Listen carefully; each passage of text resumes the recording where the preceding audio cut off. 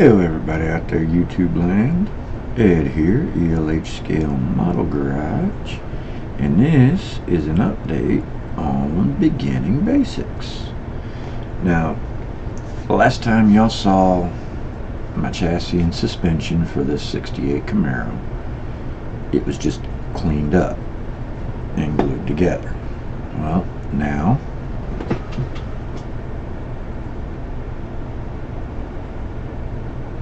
detail painted, wheels are painted up. I still need to do a little bit of Tamiya panel liner on the insides of the wheels there for the lug nuts and what. But the suspension, front and rear, detail painted, and the black is the Rust-Oleum 2X flat black primer. The red on the front suspension, as well as the rear shock mount, rear spring end shock mounts, as well as, there you can see one, the rear shock bodies is, nope, not that one.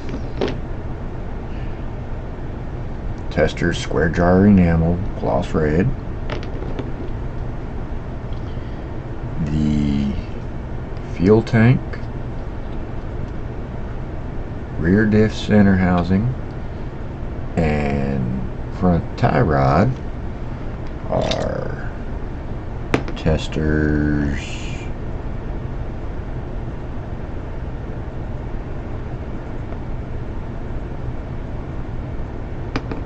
find it.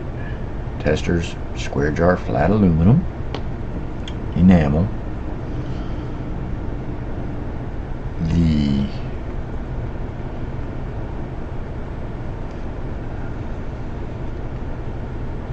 see if we can. The rear shock absorber shafts are Tester square jar enamel silver, and the rear suspension springs Tester square jar flat steel.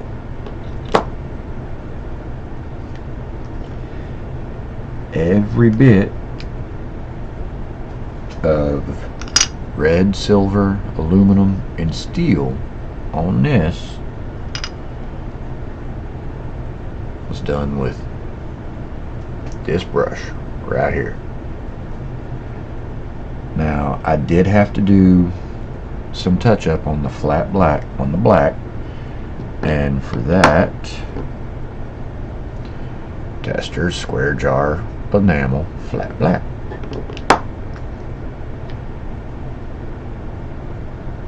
So, like I said, all I'm using is just basic, bare minimum, bare bone basic, least expensive supplies I can get for building up this car. Now, not only do I have this built up and ready to go, I've got drive shaft cleaned up, ready to prime, radiator shroud, engine block. It's got the cylinder heads, starter motor, and the front cover also glued to it, all cleaned up, ready to go. Got the headers glued together and painted up, or ready to be primed. Got the carburetors, I got the main fan belt, I got the blower drive belt, got the fan blade, got the distributor, got the alternator, the fan shroud, the blower base, the blower intake base, the blower itself being chrome, this glue, or any other liquid cement for that matter, even my Tamiya Extra 10 that I generally would use, is not going to glue chrome plated parts together. So for that,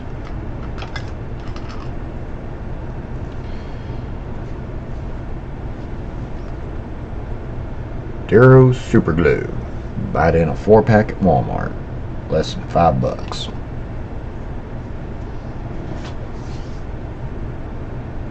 Like I said, just using the bare minimum, least expensive supplies that I can put my hands on, so that I can show folk that haven't built models yet but are interested in it. It can be done. It can be done well without having to put the kind of investment that I have in the tools that I would normally use. $30 God hand spruce nippers. Here's one. I want to say I paid like $17 for this brush. Let's see, I got another one over here somewhere. I know I do. I got another brush very similar to this one. The bristles are just a little bit shorter. That one was also between $15 and $20. Between all the various jars of Tamiya paint that I have, I've probably got, just in Tamiya paint, I've probably got about $150–200 in paint. Another couple of dollars for the extra thin. I got I got airbrushable primer here. I've got some Mr. Surfacer airbrushable primer back there. I got Mr. Surfacer rattle can primer. I've got Alclad lacquer chrome. I've got various grits of sanding pads for wet sanding. You know, I have, all told, between my paints and my glues and my primers and my tools and my airbrushes and my compressor and just everything else, I easily have, I'm going to say $600–700 in tools and supplies. That's not including all the evergreen that I have for scratch building and stuff like that. Now, if I'd have used my expensive brush for doing all that detail painting, doing all this detail painting, could I have gotten a cleaner job of it with less need of touch-up and things of that nature? Yes, I could have.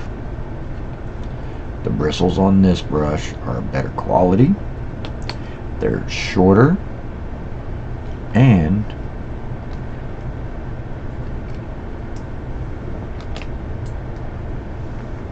as you see, they come to a finer point. Much easier to control exactly where you're putting the paint with the better brush than it is with something like this. However, even with something like this, and you get a little bit of overbrush, like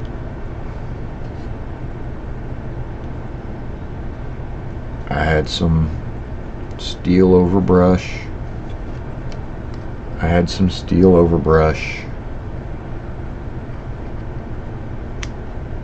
Right in this area here next to this spring. I had some red overbrush next to that shock mount. I had a bunch of red overbrush on the tie rod end and on the chassis, to where I had to touch up the tie rod end with the aluminum and the chassis with the flat black. So, you know, touch-up work will be necessary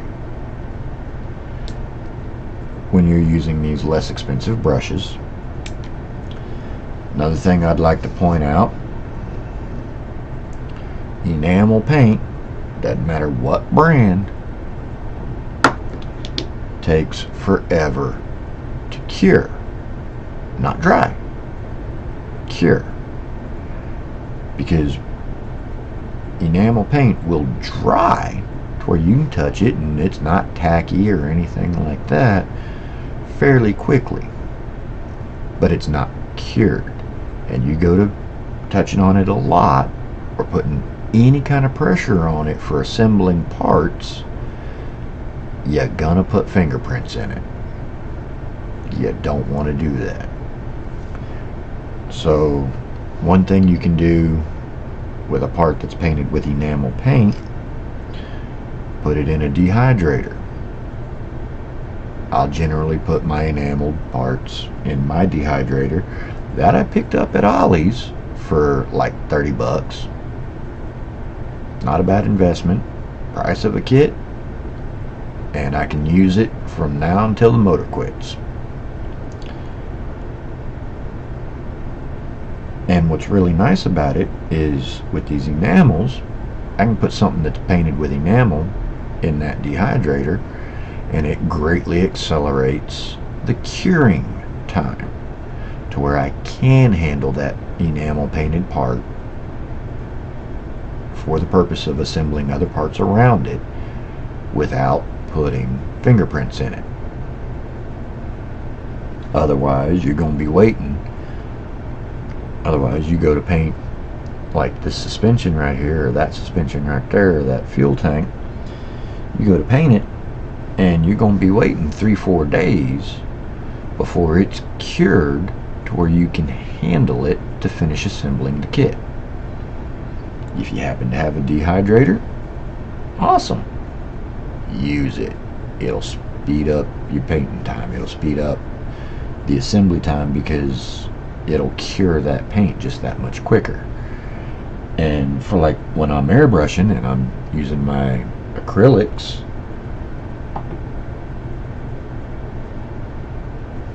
the acrylic is going to dry really quick to begin with. Stick it in that dehydrator, it's just going to cure that. It's just going to dry and cure that much faster. Now, if you happen to have, for whatever reason, some hardener that you can mix in with your enamel paints, that will accelerate the cure time even more than putting it in a dehydrator. However, you're going to want something. See if I can find the little thingy that I got. Yeah. Let's say you've got, for whatever reason, you've got a little bit of enamel hardener and you've got yourself some square jar tester enamels. Do not, I repeat, do not put the hardener in the jar of paint. If you do, you're going to have to either use that entire jar all at once, or you're going to have to throw the jar away and go get yourself a new jar of paint, because that hardener will, even if you cap this off, open it up, put your hardener in it, mix it up, use what you need, and then put your cap back on, it's still going to harden up. That's what the hardener does. So do not put your hardener directly into your jar of paint. Get yourself something kind of like one of these. Put your little bit of paint in one of these little mini cups here. Put a little bit of the hardener in it. Mix that up. That way, you don't waste so much paint. And doing it like this, you still gonna have paint wasted. Name of the game. But you're not going to waste as much paint. And these aren't all that expensive at Hobby Lobby either.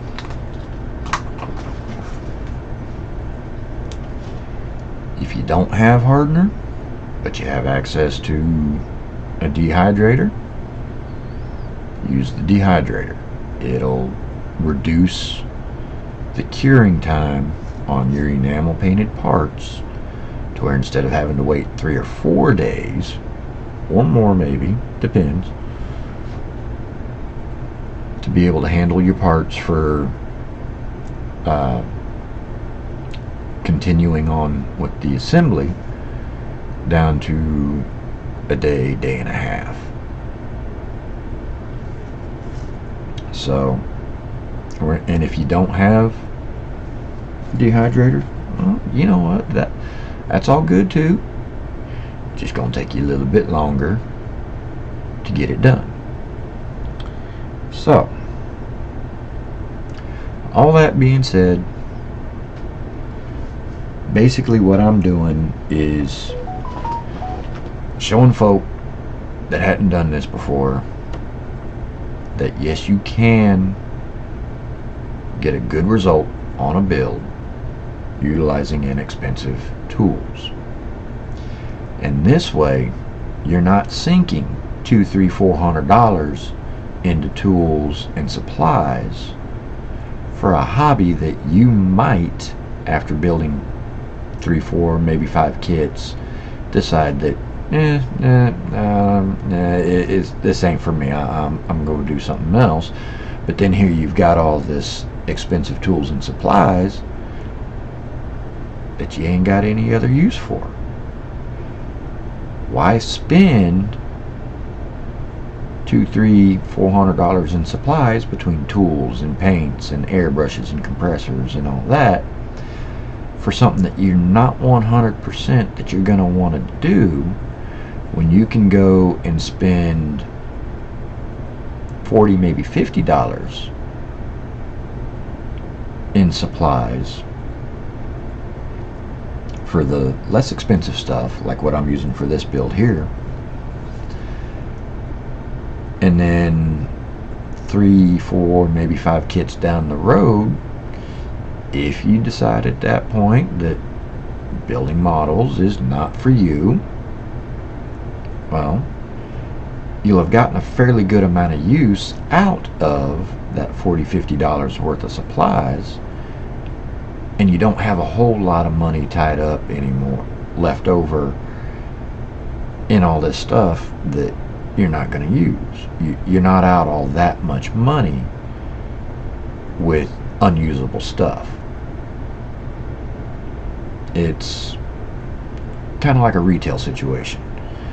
A retail store buys a product that sells, buys 100 units of a product, whatever the product might be, that sells at retail for $100. And then they go and they buy a second 100 units of a different product, same general type of product, but different brand, different features, etc., that also sells for $100. So they got $1,000 worth of product A and $1,000 worth of product B. Product B sells and it's gone off the shelves. They didn't lose any money on that. Product A ain't moving. They ain't selling nothing. It's the brand or whatever, it's unpopular. Nobody wants it. So that store has $1,000 sitting on that shelf that they can't do nothing with. Same thing here. You go and you spend $200, $300, $400 in tools and supplies. You build 3, 4, 5 kits and decide it's not for you. You still got well over $100 worth of supplies and tools that you're not ever going to use anymore. So that's well over $100 that it's wasted. Whereas if you only spend $40, $50 in your tools and supplies, going with the inexpensive stuff, and then you decide after somewhere between 3 and 5 kits that this isn't for you, you might have $10, $15 worth of tools and supplies left over not being utilized. Well over $100 worth of paint, tools, and supplies not utilized. $10, $15 worth. I know what I'd rather have. Just saying. So that's why I'm doing this. So that people can see how easy it is to get a good build without having to spend half a paycheck or more to be able to get into the hobby. Now, after you've built somewhere between 3 and 5 kits and you decide, hey, yeah, this is awesome, I love it, this is really great, that's when you start looking at getting your $15 to $20 paint brushes, your $30 or more sprue snippers, your more expensive hobby grade paints, spending $80 or more on airbrush and compressor set, and you start putting a little bit more money into the tools that you have, and that's just going to then accelerate the improvement of your build quality. So start small, start inexpensive. You don't like it, it's not all that much money wasted. If you do like it, then you start picking up all the good stuff, and you start moving your way up in skill level on the kits that you build, to where eventually, if you're into model semis, which if you've been watching my channel at all, you'll see that I've got several semi builds that I've either built or am building. And semi builds are not for beginners. Just saying. They are extremely complicated, they are extremely fiddly, and you've got to be very experienced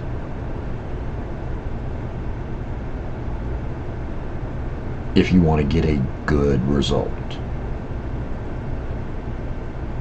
So, but all that being said, I'm gonna go ahead and get this camera turned off so I can open up my spray booth back there and grab my rattle can of 2X primer and shake it up and start getting some primer on all these parts, so that maybe later on tonight I might be able to go ahead and get some color put on these parts as well, get them up in my dehydrator and get a little bit further along in this build. Plus, I still got to do my wet sanding on my Ferrari body for my under 1000 group build. So, because the due date on it is coming up real quick. So anyway, whatever time of day it is you happen to be watching this, if it's super extra early in the morning all the way up to just a minute or two before the next calendar day, either way, it's all good. Have a great one, and until next time, I'll be in the garage.